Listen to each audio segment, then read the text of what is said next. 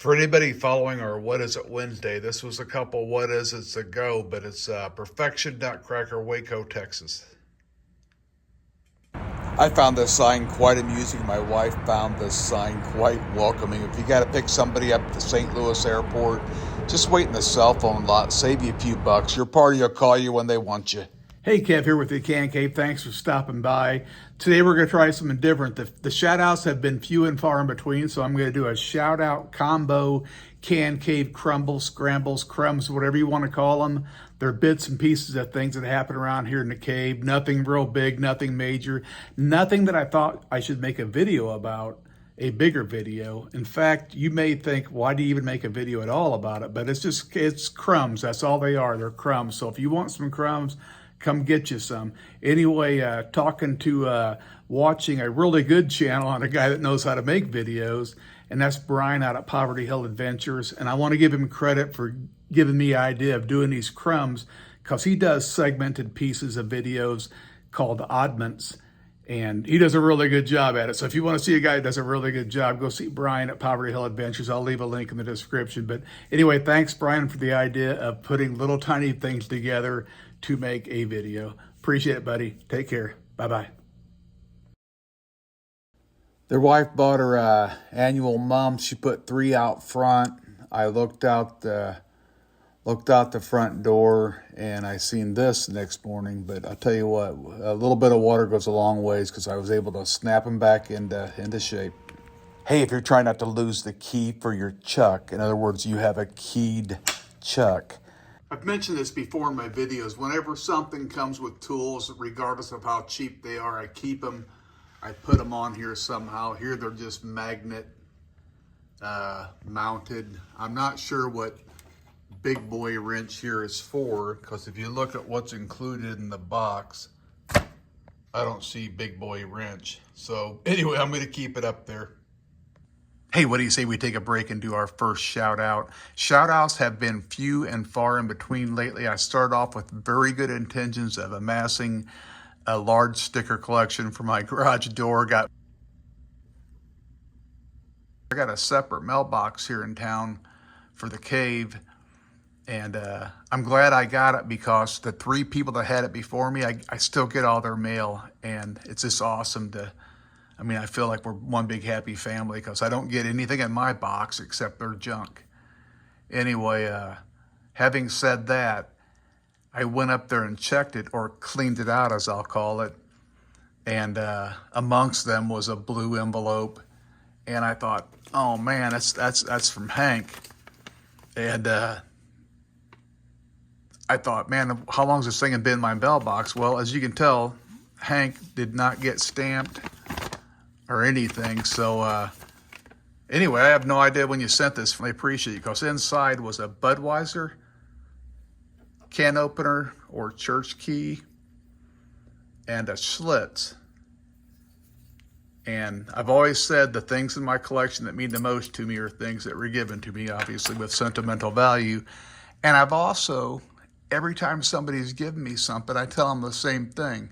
And this is the kind of collector I am. I just want people to know, because I'm not all obsessed with anything that has any kind of monetary value. And I know it sounds kind of odd, but if you ever give me something for my collection and you want it back, like say you find out it's worth $1 million, let me know. You can have it back. I got too much stuff anyway.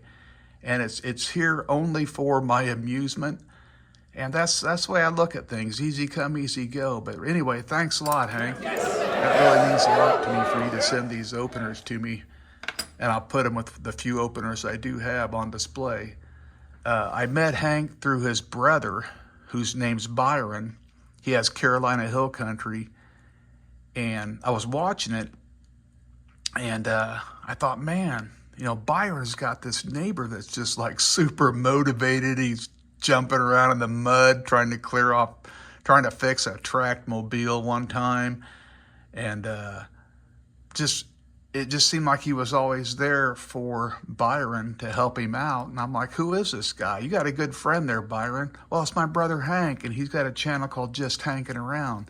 And Just Hanking Around, it's just him visiting places with his wife,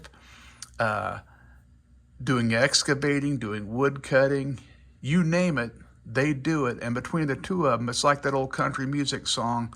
That lyric said, there's not too much these old boys can't do. And I'm going to leave a link for both their channels. But I really appreciated Hank and Byron. Super cool channels, guys. Byron's got the super cool family-oriented Carolina Hill Country channel. I'll send you links here for their channels. Tell them I sent you. Check them out. Tell them hi. And let's get back to this excitement and this revolutionary, life-changing ways of storing a chuck key. Went back up home for a visited a scrapping buddy of mine. In his scrap bin was this vise. It's a Colombian vise,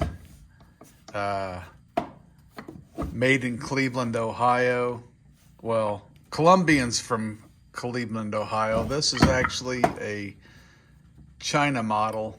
And what I thought was unusual about it was it's got pretty much a new screw and crank downs on it, but they didn't like repaint the vise, which I'm a fan of old patina, but on this particular vise, I think I would have painted it while I had it apart.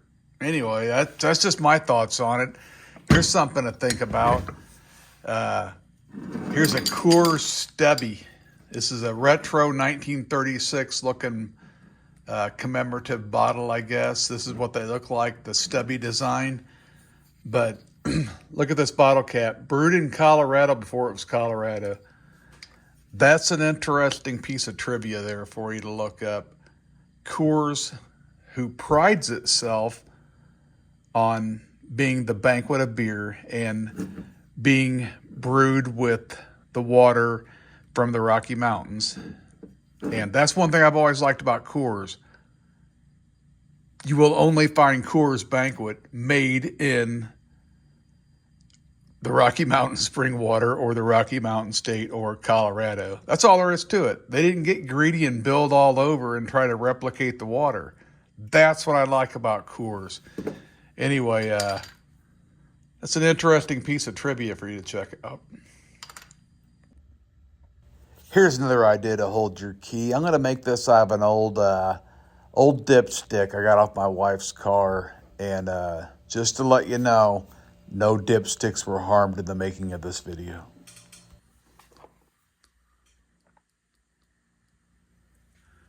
We have some adhesive lined shrink tubing. A nice kit here. We'll take the handle. I found that a 3/8 inch piece fits on there. So I cut a smaller piece of that off. And we'll put it right there for now. We'll take a zip tie and we'll won't tighten it all the way obviously, but we'll put it about like that for now. Then we'll take the zip tie, feed it through a smaller heat shrink that fits inside this heat shrink. And we'll make sure that the zip tie goes all the way down against here.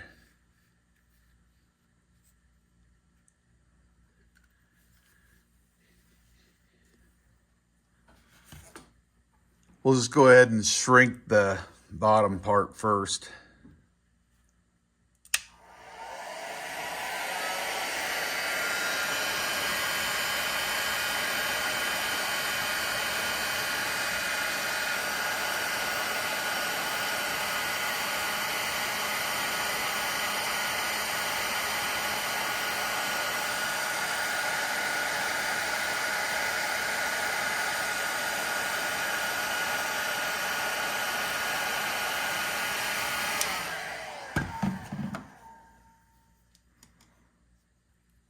It's kind of neat to see this adhesive actually seeps back out of the holes, and well, it just helps hold it better. It did kind of pull away from here a little bit, but it's not going nowhere. Then we'll take this and we'll finish putting it around Chuck.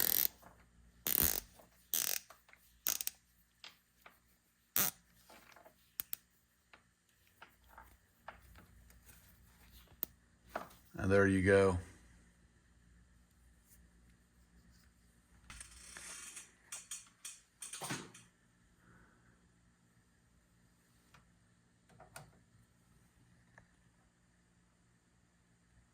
You can always make it shorter. Another style you can make, I made this for another Chuck key. Just simply take the zip tie, fold it over, and heat shrink the two sections together.